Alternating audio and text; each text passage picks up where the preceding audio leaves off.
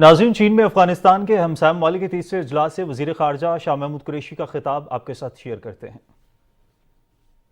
Ladies and gentlemen, it is my privilege to be here today for the third meeting of the neighboring countries of Afghanistan. We appreciate the gracious congratulatory remarks sent by President Xi Jinping and the message from the UN Secretary General. Our commendations to China for taking the initiative and organizing this meeting. The arrangements and hospitality are impeccable. As in the previous sessions, we look forward to a substantive exchange of views and crafting a constructive way forward on the myriad aspects of the situation in Afghanistan. Excellencies, Pakistan initiated this format last year with a clear realization that neighboring countries had vital stakes more than any other in the stability of Afghanistan. We were of the view that it was very important for the neighboring countries to sit together, share perspectives and work out a common approach on the post-15 August situation. It is gratifying to see that this initiative continues to grow and blossom. Excellencies, 15th August 2021 ushered in a new reality in Afghanistan. The completely transformed situation in Afghanistan required a fresh outlook for the international community and particularly for its neighbors.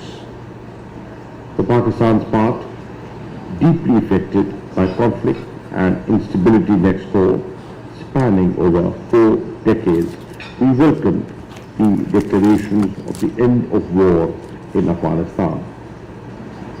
We noted that, contrary to earlier apprehensions, there was no bloodshed and that the transition was largely peaceful. There has been, thankfully, no live conflict and no mass exodus. Recognizing these realities, we kept our embassy open throughout. We facilitated evacuation of more than 90,000 personnel of diplomatic missions, international organizations and others. We stressed to the international community not to repeat the past mistakes and called for a pragmatic approach laced with practical engagement. I myself visited Kabul in October 2021 to underscore Pakistan's commitment to a stable, peaceful, sovereign, prosperous and connected Afghanistan. I also share the international community's expectations from the new Afghan authorities to help avert a humanitarian crisis and strengthen Afghanistan's quest for a sustainable economy. Pakistan took a series of steps. These included a Pak rupees 5 billion assistance package, including provision of wheat, increase in the number of commodities being traded in local currency, and capacity building in different sectors. We facilitated international assistance by acting as a humanitarian bridge to Afghanistan. In view of the dire humanitarian situation and a potential economic meltdown, Pakistan hosted an extraordinary session of the OIC Council of Foreign Ministers in December 2021.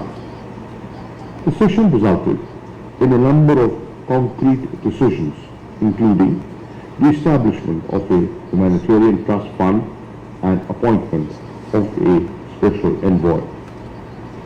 In a nutshell, all our efforts have been geared towards promoting stability and mitigating humanitarian and economic fallout as the foremost priorities. Excellencies, going forward, it is essential to take a broader view. While the war in Afghanistan has ended, millions of Afghan children today still face starvation. Afghan hospitals face acute shortages of medicines, equipment and personnel.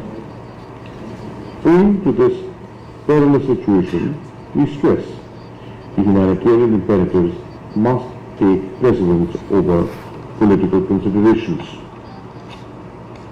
While there may be valid political concerns, the fundamental need is to focus on humanity as well as the well-being of 40 million Afghan people. I should underline here that the frozen Afghan foreign bank reserves belong to the Afghan nation and their utilization should be the sovereign decision of Afghanistan. We will continue to support Afghanistan's access to its frozen assets so that these precious resources can be utilized for the welfare of the Afghans. Excellencies, today, in our view, there is a historic opportunity after 40 years of conflict to finally establish sustainable peace in Afghanistan. The process could be consolidated by working together in a constructive partnership. At this transformational moment, the international community has justifiable expectations from the interim government on inclusivity, girl education, respect for human rights, and effective counter-terrorism action. It would be fair to leave it to Afghanistan to decide whom to include in the cabinet. Being prescriptive on this account may not be, helpful. The Afghan authorities should nonetheless consider ways to ensure inclusivity in the governance structure and other walks of life. It is understandable that Afghanistan is coming out of the shadows of a long war. Yet, practical steps including opening of jobs for women will strengthen the interim government's credentials. We urge the Afghan authorities to keep taking positive measures, including allowing girls access to education and promotion of human rights, which would help in further promoting international engagement and access to needed financial resources. We do recognize that effective counterterrorism efforts require long-term sustained planning and coordination. Progress in counterterrorism will depend on the interim government capacity and willingness of the international community to support their efforts. Pakistan remains ready to support Afghanistan in this regard. Excellencies, it is clear that beyond the immediate humanitarian questions, we need to think of long-term economic sustainability and development. Until the wheels of commerce and industry are allowed to spin, the lives of the ordinary Afghans will not improve. The ideas of regional connectivity will not materialize without a blueprint for long-term infrastructure development. Only viable and prosperous Afghanistan in the long run is one that serves as a trade and energy corridor for the entire region. Therefore, promotion of regional connectivity and energy projects in Afghanistan should remain our cherished goals. In this regard, we support China's proposal to establish working groups on political diplomacy, economic cooperation, and security and stability. We also suggest considering enhancing counter-terrorism cooperation under this format, given our common interest. We should not create a donor-dependent nation. Our goal should be a self-reliant, resilient economy in Afghanistan. Excellencies, it has been more than 6 months when we witnessed political transition in Afghanistan, While the interim government has made headway in several areas, we hope it would continue to move forward. We also hope the world community will keep its part of the bargain. Excellencies, the recent setup of the interim Afghan government needs our support in both governance and counter-terrorism capacities. It is in our collective self-interest to assist our Afghan brothers and sisters stand on their own feet again.